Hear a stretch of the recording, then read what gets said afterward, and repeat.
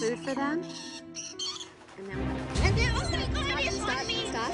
Get it off me, please, Okay, please, please. you have to let go of my hand. Get it off. Let go of my hand. Let go of my hand. I'm getting it off. Oh my God. From the dog, okay? Go ahead and come a little bit closer. You're all right. Okay. Think of your family who is not going to want you to suffer. I think you should pet the dog. He knows he's looking at me. No. Marvin. Dikkat.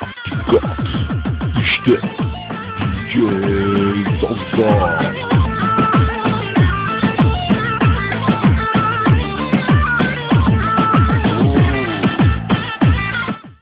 Kelemci.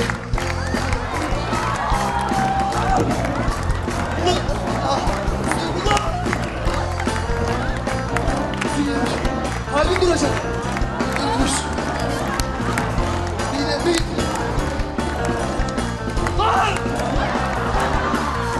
All right, there's one right behind you. You're okay. It's not on you. Okay. No ducking. Okay, we got it. We got to get the ducking thing down. I know it's scary. Come on, my face.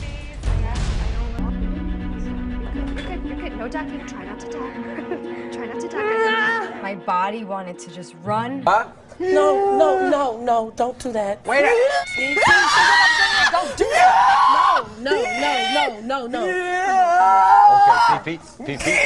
Rowena, you know you got.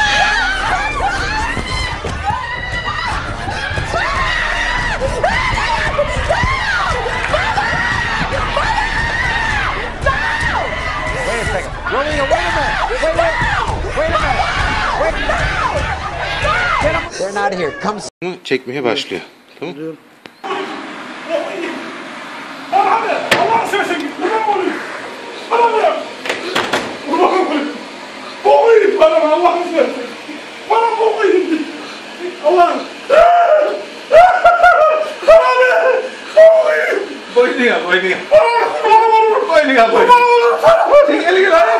Bana bırak.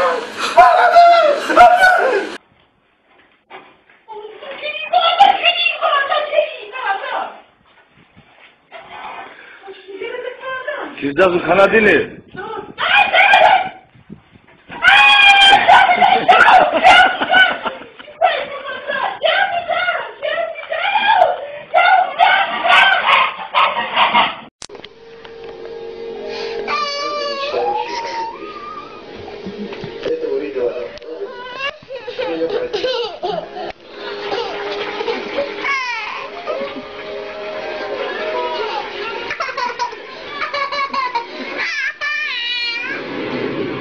Stupniły.